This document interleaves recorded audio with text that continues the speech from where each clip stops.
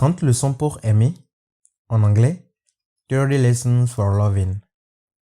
30 leçons pour aimer est un livre de Carl Pilmer publié le 8 janvier 2015. Il donne les conseils relationnels de centaines de couples qui sont restés ensemble jusqu'à un âge avancé et vous apprendra comment avoir du bonheur et de la longévité dans votre vie amoureuse.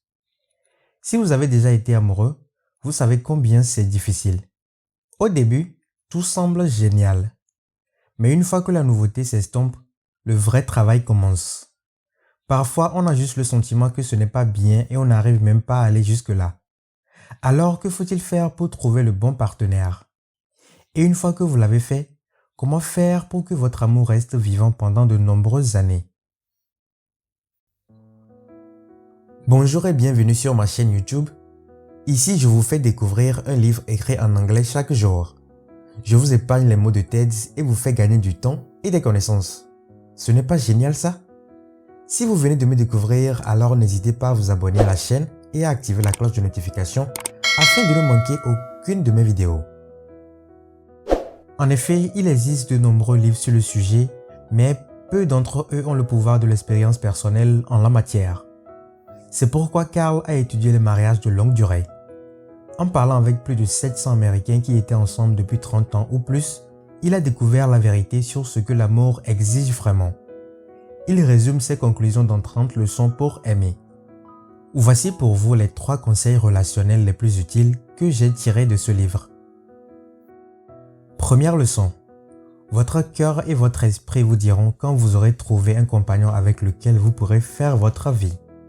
Dites-moi, est-ce que vous croyez au coup de foudre? Ou avez-vous déjà eu cette étincelle d'excitation en rencontrant quelqu'un parce que vous pensez qu'il pourrait être le bon? C'est une chose que les couples de l'étude de Carl ont dit qu'il fallait avoir pour épouser quelqu'un. C'est ce sentiment d'amour que nous avons tous ressenti auparavant, mais comment savoir si cette personne est vraiment la vôtre? Selon une personne de 65 ans, il faut aussi avoir la vision que la relation ne pourra jamais se terminer. Il faut également être très attentif au moment où les choses ne semblent pas tout à fait justes. C'est le cas d'une femme qui a été mariée pendant 20 ans avant de divorcer et de se remarier. Le problème de son premier mariage, dit-elle, était que quelque chose n'allait pas avant le mariage. Si vous avez des pensées tenaces selon lesquelles quelque chose ne va pas, affrontez-les de front. Un bon moyen de le faire est de poser des questions pour découvrir les valeurs de votre partenaire potentiel.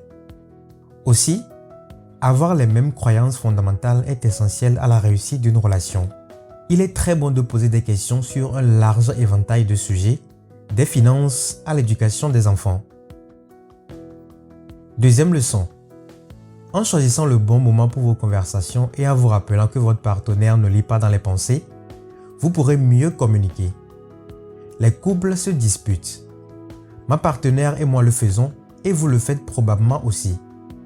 J'avais l'habitude de me demander comment les diminuer, mais j'ai ensuite compris 2 leçons importantes. La première est que si vous n'êtes pas d'accord sur quelque chose, cela signifie que vous ne cachez pas vos sentiments mais que vous êtes plutôt honnête à leur sujet, ce qui est une bonne chose. La deuxième leçon est que vous pouvez communiquer efficacement au sujet de vos différences d'une manière qui n'entraîne pas de dispute si vous ne parlez que lorsque votre estomac est plein et que vous êtes bien reposé. Les couples ayant participé à l'étude de l'auteur confirment également cette vérité. Ils affirment que choisir le bon moment pour partager ses sentiments avec l'autre est essentiel pour réussir. De manière générale, de solides compétences en matière de communication sont indispensables si vous voulez que votre relation dure. Une autre remarque importante que ces sages de l'amour ont adressée à Carl est l'importance de ne pas faire de suppositions. Nous pensons que les couples sains savent ce que l'autre pense, mais c'est un énorme mythe. Lorsque vous avez l'impression que votre partenaire pense d'une certaine façon, ne supposez pas, demandez-lui. Et assurez-vous d'être attentif et de vraiment essayer de le comprendre si vous voulez que votre relation dure. Troisième leçon. Si vous voulez rester heureux ensemble pendant de nombreuses années, vous devez continuer à faire de petits gestes pour montrer votre amour. Il est difficile de savoir comment faire pour que l'amour que vous ressentez lors de votre première rencontre reste vivant pendant des années. Mais vous ne devez pas oublier que les actes sont plus éloquents que les mots. C'est particulièrement vrai dans les relations amoureuses. Cela ne signifie pas que vous devez tout faire et préparer un dîner aux chandelles chic chaque soir. Les petites choses sont meilleures parce que vous pouvez les faire de façon plus régulière. Un homme aime vraiment surprendre sa femme en lui offrant des choses pour lesquelles elle a déjà manifesté de l'intérêt. Mais vous n'avez pas besoin d'acheter des choses. Des compliments simples et fréquents contribuent grandement à maintenir un amour fort. Et n'oubliez pas que le sexe, qui ne doit pas toujours être un rapport sexuel, est comme la colle qui vous rapproche de votre partenaire. Une autre chose tout aussi importante que les couples de l'étude ont mentionné est la force de l'amitié entre les deux partenaires. La personne qui partage votre vie doit être votre premier ami. J'ai vraiment apprécié 30 leçons pour aimer et je pense que vous le ferez aussi quel que soit votre statut relationnel. En effet, ces idées sont si simples et faciles à mettre en œuvre, mais leur effet sur votre vie peut durer éternellement. Alors c'est à vous de prendre la décision dès maintenant. Et voilà, c'est tout pour aujourd'hui. Abonnez-vous à la chaîne et activez la cloche de notification pour ne pas manquer le prochain livre. Que dire d'autre? Vive les livres!